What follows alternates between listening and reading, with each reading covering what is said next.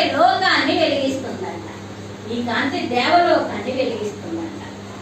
ఆమె శక్తి ఆ నవరత్నాలని అవునా వజ్రాన్ని వెలిగిస్తే ఆ కాంతులు ఏం చేస్తున్నాయి?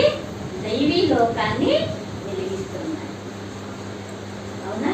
అంటే ఆ కిరీటంలో ఉండేటటువంటి ఆ శక్తి చూడండి, అమ్మవారిలో ఉండేటటువంటి సర్వ మంగళకరమైనటువంటి ఆ శక్తే యుక్తిగా మారుతుంది. అయితే లలిత అమ్మవారు ఏం చేయరండో ఎవడు గుర్తు పెట్టుకోండి, ఆమె వచ్చి నన్ను కాపాడుతుంది, ఈ లలిత సహస్రనామాలు చేసేస్తే అమ్మవారు వచ్చి కాపాడతారు అనేటటువంటి ధ్యాస వదిలేయండి. అమ్మవారు ఏమి చేయరు.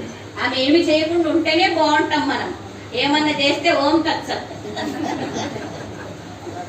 ఆమె ప్రశాంతమైనటువంటి చిత్తముతో ఆ పాదం భూమి మీద అలా వేసి కూర్చుంటేనే మనము హాయిగా ప్రశాంతంగా జీవించగలుగుతాం. ఈ కాంతి లోకాన్ని వెలిగిస్తుందంట. ఈ కాంతి దేవలోకాన్ని వెలిగిస్తుందంట.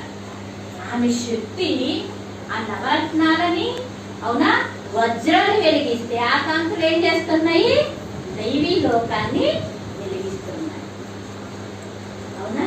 అంటే ఆ కిరీటంలో ఉండేటటువంటి ఆ శక్తి చూడండి, అమ్మవారిలో ఉండేటటువంటి సర్వ మంగళకరమైనటువంటి ఆ శక్తే యుక్తిగా మారుతుంది. అయితే లలిత అమ్మవారు ఏం చేయరండో ఎవడు గుర్తు పెట్టుకోండి, ఆమె వచ్చి నన్ను కాపాడుతుంది, ఈ లలిత సహస్రనామాలు చేసేస్తే అమ్మవారు వచ్చి కాపాడతారు అనేటటువంటి ధ్యాస వదిలేయండి.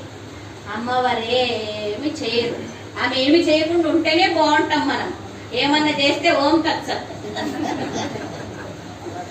ఆమె ప్రశాంతమైనటువంటి చిత్తముతో ఆ పాదం భూమి మీద అలా వేసి కూర్చుంటేనే మనము హాయిగా ప్రశాంతంగా జీవించగలుగుతాం.